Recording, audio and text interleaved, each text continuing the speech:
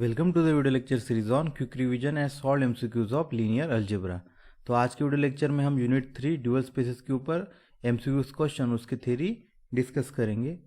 आज हम कवर करने वाले हैं definition of dual space, properties of dual space, then second dual space, annihilator of subspace and solve MCQs on all this topic.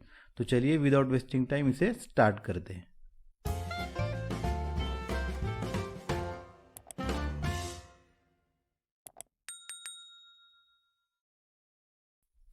So what is a dual space? देखते हैं इसकी definition. Now first consider the set of all vector space homomorphism of the vector space V over the field F into the another vector space W over the same field F denoted by homomorphism from V to W or set of all linear mapping from vector space V to W. That is the set of all F from V to W where F is a homomorphism. F is a homomorphism मतलब F is a linear mapping from the vector space V to the vector space W over the same field F. ये क्या बनेगा? Vector space over the field F and the dimension of this space is dimension of V into dimension of W. ठीक है, तो इसी space के अंदर अगर हम W की जगह फील्ड ले लें, मतलब set of all linear mapping from the vector space V to the field F, तो ये जो स्पेस बनेगा वो क्या होगा? हमारा dual space. That is the set of all linear mapping from vector space V to the F where F is a homomorphism means F is a linear mapping is called as a dual space of V. उसको हम किससे denote करेंगे? V cap. कैसे denote करेंगे? V cap. हमें क्या मिल गया? V cap is the dual space of V, that is the set of all linear transformations from the vector space V to the field F। उसी को हम इस तरह से लिख सकते हैं, set of all homomorphism of the vector space from V to the vector space F over F। ठीक है, so what are the properties of the dual space? An elements of the dual space V cap is called as a linear function. तो dual space में हम क्या ले रहे हैं? Set of all linear mapping from the vector space V to the field F। ठीक है, तो जो भी एलिमेंट्स होंगे वो क्या होंगे? सारे लीनियर मैपिंग। तो ड्यूअल स्पेस के जो एलिमेंट्स होंगे वो लीनियर मैपिंग होगी, उसको हम क्या बोलेंगे? Linear functional. ठीक है, next, if V is a n dimensional vector space the dimension of V is equal to dimension of the dual space is equal to n। तो अगर V हमारा n डायमेंशनल वेक्टर स्पेस है तो dimension of that vector space and इस dual space both क्या होगे? n के equal होगे। ठीक है, यहाँ पर देखिए हमारे पास क्या दिया? Dimension of V is equal to n दिया है। V क्या मतलब क्या? Set of all linear transformation from the vector space V to the field F over F।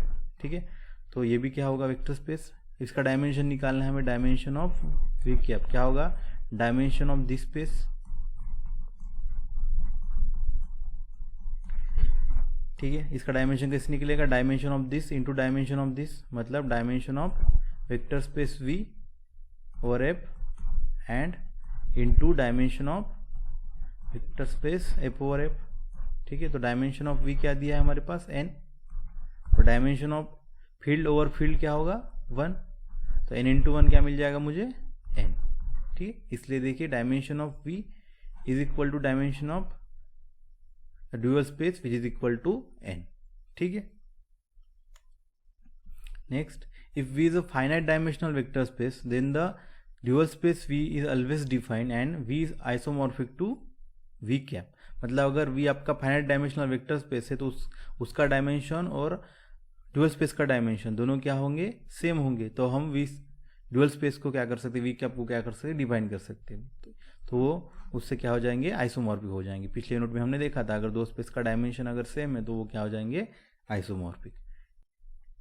Next property, if any non zero vector V belongs to the vector space V then there is a function F belongs to the dual space V cap such that F of V is non zero. तो अगर आपके पास any non zero vector होगा vector space के अंदर तो हमारे पास हमेशा एक लीनियर फंक्शनल मिलेगा ड्यूअल स्पेस में सच दैट उसके ऊपर उस वेक्टर की वैल्यू भी क्या मिलेगी?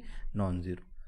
ठीक है, इसी को हम कैसे एक्सटेंड कर सकते हैं? अगेन अगर V1 is not equal to V2 in the vector space V then there exist a functional in the dual space such that the F of V1 is not equal to F of V2। अगर दो vectors equal नहीं है vector space में तो हमारे पास हमेशा linear functional मिलेगा सच दैट उनकी वैल्यू भी वहाँ पर लीनियर फंक्शनल पे भी उसकी वैल्यू क्या होगी? इक्वल नहीं होगी। जैसे यहाँ पर देखिए V1 is not equal to V2, तो क्या इसको कैसे लिख सकता हूँ मैं? V1 minus V2 is not equal to 0, ये उधर आएगा तो ठीक है, तो ये नॉन जीरो हो गया। तो इस कंडीशन से देखिए यहाँ पे क्या होगा? एक लीनियर फंक्शन अवेलेबल होगा so that F of V is non zero. मतलब क्या मिलेगा मुझे? F of V1 minus V2 is non zero. ठीक है, तो अभी एफ क्या है, लीनियर फंक्शनल है, ठीक है, तो लीनियर ट्रांसफॉर्मेशन है, तो यहाँ पर ये स्प्लिट हो जाएगा, ठीक है, linearity property addition, vector addition और स्केलर मल्टीप्लिकेशन सेटिस्फाई करता है, ठीक है, तो ये फिर क्या बन जाएगा, F of v1 minus F of v2 is equal to is not equal to sorry 0, तो ये फिर क्या बन जाएगा, एफ ऑफ v1 ये उधर जाएगा तो क्या होगा, not equal to F of v2, ठीक है, इस तरह से, तो इसी तरह से हम इसको एक्सटेंड कर सकते हैं, ठीक है। तो देखते हैं सेकंड, ड्यूअल स्पेस और द बाई ड्यूअल स्पेस क्या होता है ये, if let is v the vector space over the field F, then the second dual of the vector space v और the bi dual of v और the dual space of the dual space is defined as v double cap, ठीक है, तो हम dual का फिर से dual निकाल रहे हैं, तो मतलब क्या होगा, set of all linear transformation from the dual space over the two the field F, ठीक है।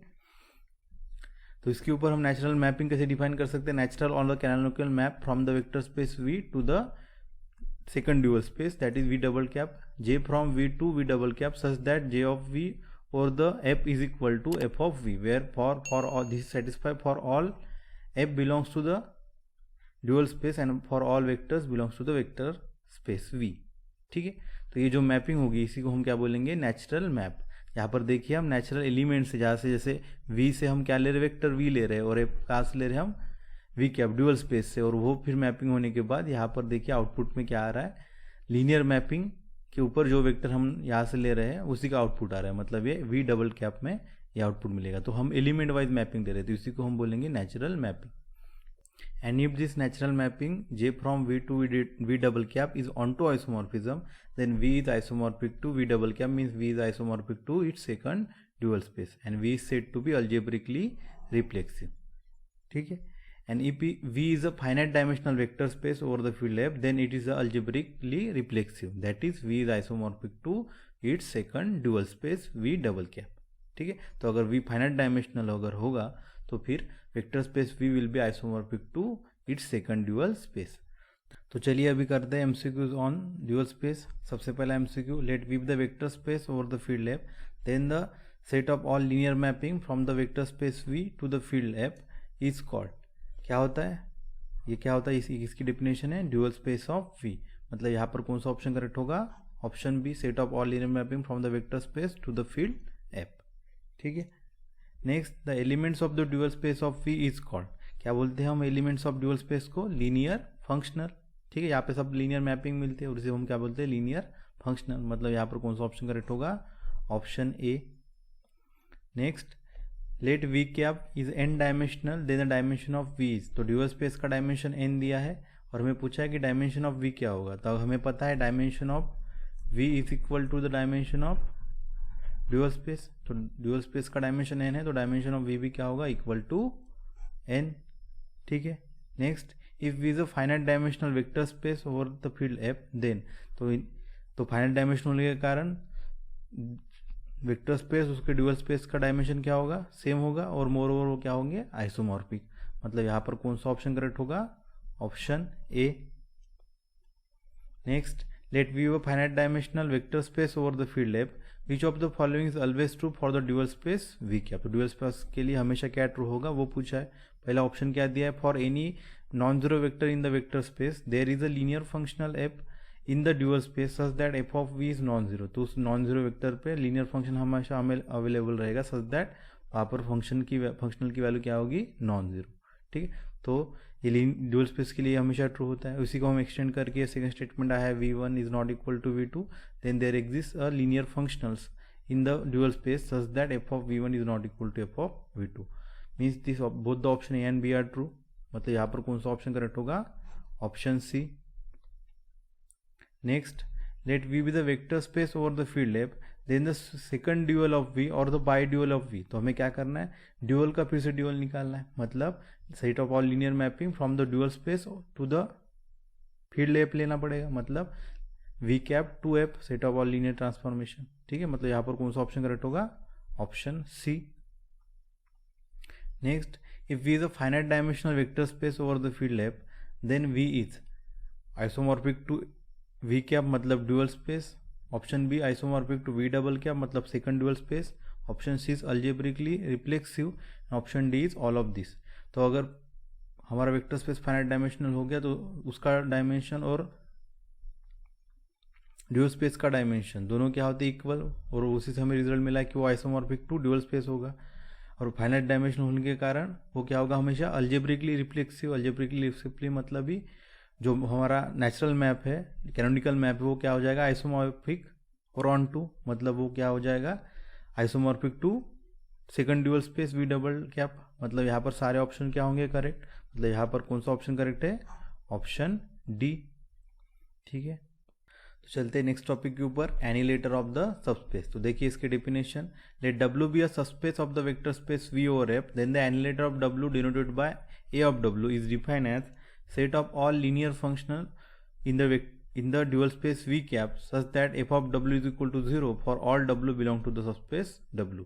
तो एनिलेटर में हम क्या करें, collection of all the linear functional in the dual space such that f of W is equal to 0, मतलब ये सारे जो वेक्टर्स है W के उनको 0 के ऊपर मैप करें, ऐसे लीनियर फंक्शन का कलेक्शन क्या होगा हमारा एनिलेटर ऑफ W। ठीक है, देखते हैं इसके property. Annihilator of W is a subspace of dual space. देखिए आपसे एलिमेंट जो आने वाले वो सारे क्या है linear functional belong to the dual space, इसलिए इसका सबसेट बन जाएगा, मोर ओवर क्या बन जाएगा इसका subspace of the dual space. Next, the W cap will be isomorphic to quotient space V cap by annihilator of W। तो उसी से हमें मिल जाएगा dimension of annihilator of W is equal to dimension of V minus dimension of W। ठीक है, तो देखिए यहाँ पे क्या मिल जाएगा, dimension of this will be equal to dimension of this. ठीक है, dimension of this will be equal to dimension of V cap by dimension of annihilator of W। अभी हमें पता है हमें dimension of dual space is equal to dimension of original space vector space. तो यहाँ से मुझे क्या मिल जाएगा, dimension of W is equal to ये डायमेंशन ऑफ V होगा, और क्वेश्चन स्पेस के लिए डायमेंशन क्या होता है, डायमेंशन ऑफ, यहाँ पर डायमेंशन ऑफ V क्या will be equal to dimension of V, तो डायरेक्ट लिखता हूँ मैं dimension of V minus dimension of annihilator of W। ठीक है, अब मुझे क्या निकालना है, dimension of annihilator of W, तो ये इधर आएगा तो क्या हो जाएगा, dimension of annihilator of W is equal to dimension of V, और ये इधर आएगा तो क्या हो जाएगा डायमेंशन ऑफ W। ठीक है, तो यहाँ से मिला हमें relation, dimension of annihilator of W is equal to dimension of V minus dimension of W। ठीक है, मतलब हम वेक्टर स्पेस के डायमेंशन से डायमेंशन ऑफ W को हम क्या कर रहे हैं, सब्ट्रैक्ट कर रहे हैं, वही हमें मिलेगा dimension of annihilator of W। ठीक है, next, annihilator of W is equal to W। तो एनिलेटर ऑफ W को का फिर से हम एनिलेटर अगर लेंगे तो हमें वो क्या मिल जाएगा, W। And for any subset S of the vector space V, annihilator of S is equal to annihilator of its linear span. ठीक है, अगर वो सबसेट अगर के एनिलेटर अगर हम लेना है तो उसके वो किसके इक्वल हो गया, annihilator of linear span of S। ठीक है, and next properties, annihilator of W1 plus W2 is equal to annihilator of W1 intersection annihilator of W2, and annihilator of W1 intersection W2 is equal to annihilator of W1 plus annihilator of W2। तो देख सकते हैं यहाँ पे intersection और plus के case में क्या रिलेशन है, और W1 W2 क्या है, subspace of the vector space V। ठीक है, तो चलिए अभी करते हैं इसके ऊपर के MCQ question. Let W be the subspace of the vector space V over the field F, then the collection of all the linear functionals such that f of W is equal to 0 for all W belongs to W is called as, ये किसकी definition है, annihilator of W। मतलब यहाँ पर कौन सा option correct होगा, option B. Next, annihilator of W that is the annihilator A of W is subspace of, तो यहाँ पर क्या है, collection of all the linear functional, मतलब ये किसका सबस्पेस बनेगा, ड्यूअल स्पेस का। ठीक है, मतलब यहाँ पर कौन सा ऑप्शन करेक्ट होगा, option C. Next MCQ, let W be the subspace of a finite dimensional vector space V over the field F, then the dimension of annihilator of W। तो अभी हमने निकाला था, क्या मिला था हमें, dimension of annihilator of W is equal to dimension of V minus dimension of W। तो फिर यहाँ पर कौन सा ऑप्शन करेक्ट होगा, option C. Next, let W be the subspace of a vector space V over F, then the annihilator of W क्या होगा, annihilator of W क्या मिल जाएगा हमें, W। ठीक है, तो फिर यहाँ पर कौन सा ऑप्शन करेक्ट होगा, option B. Next, if W1 and W2 are the subspace of the vector space V over the field F, then which of the following statement is incorrect. तो कौन सा स्टेटमेंट इनकरेक्ट होगा वो पूछा है। ठीक है, तो पहला ऑप्शन क्या है, annihilator of W1 plus W2 is equal to annihilator of W1 intersection annihilator of W2. Second option क्या है, annihilator of W1 intersection W2 is equal to annihilator of W1 plus annihilator of W2. And option C is annihilator of W1 plus W2 is equal to annihilator of W1 union annihilator of W2. And option D is all of this. ठीक है, तो सारे option ही correct है क्या? नहीं, ये वाला option correct है. प्लस और इंटरसेक्शन का ही रिलेशन है, इंटरसेक्शन और प्लस के बीच में रिलेशन है एनलेटर के केस में. यूनियन का हमारे पास कोई ऐसा रिलेशन नहीं है. मतलब कौन सा ऑप्शन इनकरेक्ट है? ये ऑप्शन इनकरेक्ट है. मतलब यहाँ पर हमें कौन सा ऑप्शन टिक करना है? Option C. ठीक है, तो इस तरह से हमने ड्यूअल स्पेस और एनिलेटर सेकंड ड्यूअल स्पेस के ऊपर जितने भी एमसीक्यू क्वेश्चंस है वो हमने डिस्कस कर लिए. तो नेक्स्ट वीडियो लेक्चर में हम यूनिट 4 के ऊपर एमसीक्यू क्वेश्चन और उसकी थ्योरी डिस्कस करेंगे. तो अगर यह वीडियो लेक्चर आपको पसंद आया तो इसको लाइक करिए, शेयर करिए और चैनल को सब्सक्राइब करिए. Thank you.